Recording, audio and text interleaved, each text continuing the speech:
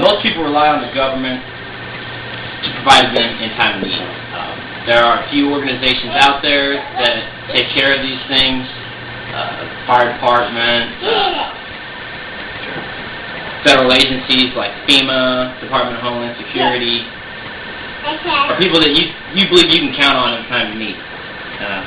The National Guard is there in the state. They're ran by the state for emergencies and disaster relief. These organizations are not adequate.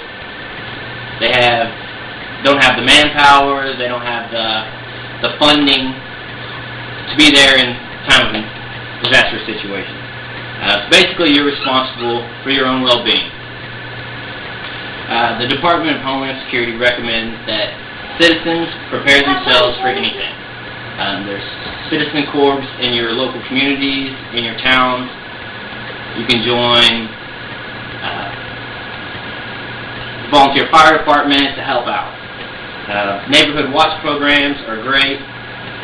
Get to know your neighbors, know what goes on inside your community. People that drive by your house all the time know if you're home, know if you're not home. And if you're not home and somebody's there, they can help you out. It's your responsibility to prepare yourself and your family for anything that may happen.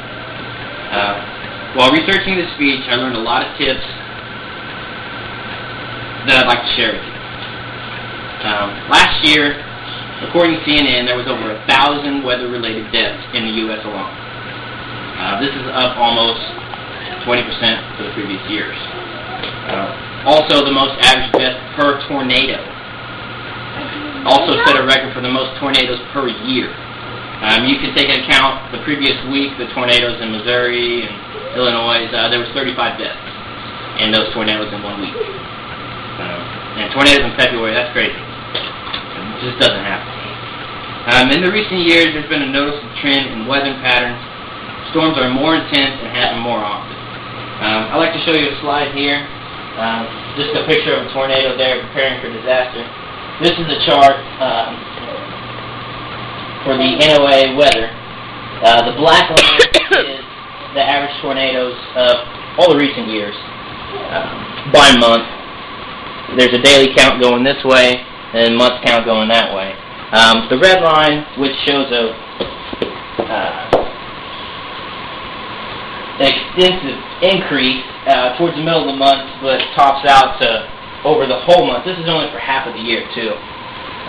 Is how many tornadoes there were last year.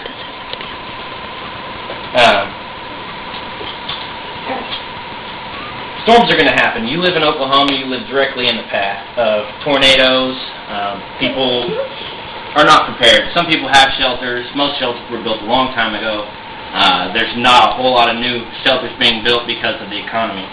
But basically, you need a shelter and you need supplies. Tornadoes are not the only thing you need to worry about. Last year in Oklahoma, there was more earthquakes felt than ever before. Most people are not aware that we are on a fault line. And although they're small, our towns are not built to handle. The cities are not constructed like the same they are in... The cities are not constructed the same way they are in San Francisco or in California. They're not built to withstand earthquakes. So you need to have a plan. You need to know where to go and what to do when things happen. Planning takes a little bit of practice and a little bit of skill. Anyone can do it. There's no such thing as a perfect plan, and plans can fail. So always have an alternate route. Always have a backup plan and know how to do it. Plan for the worst and hope for the best. That's what most people say. There's 3 simple steps to prepare. You want to make a kit. Be it a trailer full of supplies that will last you for 3 years, or a bag like this that will last you for 72 hours. This is what the Department of Homeland Security recommends. Most government agencies recommend a bug-out bag or a ready kit that you can take with you. It has 72 hours worth of food and water in it to get you to a shelter or a safer place. This is my bug-out bag that I have in my truck at all times. I don't have any at home yet. I'm working on making a couple of those for some people in my family. But the first step is a kit. You've got to have a kit. and it's really important. The second step is to have a plan.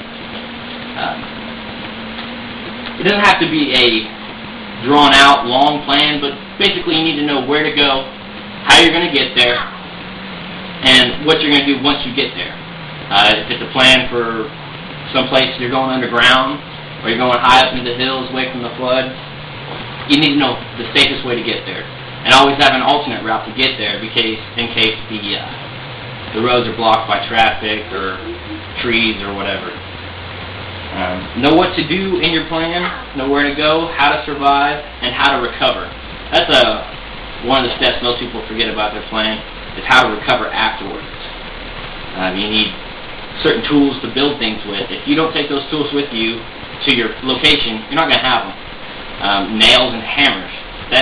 You may build your shelter, but then once you get there and afterwards you need to build a house. You don't have these things. Take those tools with you and get them there beforehand. The third step is be informed. Do research, read about it, watch the news, listen to the weather, and communicate with your friends and family.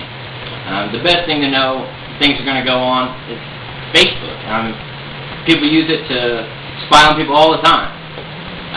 Pay attention. Most people know what's going to happen to the family down the street because of Facebook. So, friends and family help a lot. Natural disasters are not the only thing to prepare for. Weather can cause other situations such as shortages of food because of droughts. You may have plenty of rain in your area, but in Oklahoma you don't grow lettuce that much. So if they have drought in California, we don't get any lettuce.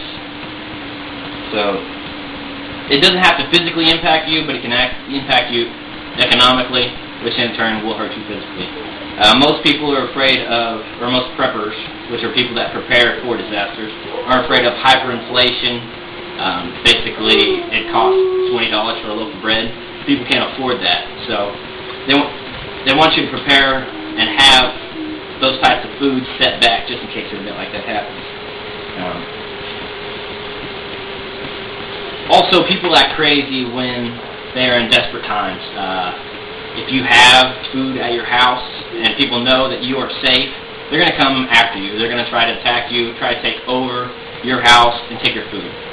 They'll even possibly try to take your life. So you need to be prepared for that. Self-defense is a great skill. Weapons are good to have, and you need to know how to use them. But also, communicate with your neighbors. Your neighbors can watch out for you, and you can watch out for them. Those are going to be the first people that come after you because they know what you have at your house. They see the traffic in and out of your front door, so they can tell if you've been to the grocery store today. Try to include your neighbors in your plan, and let them know.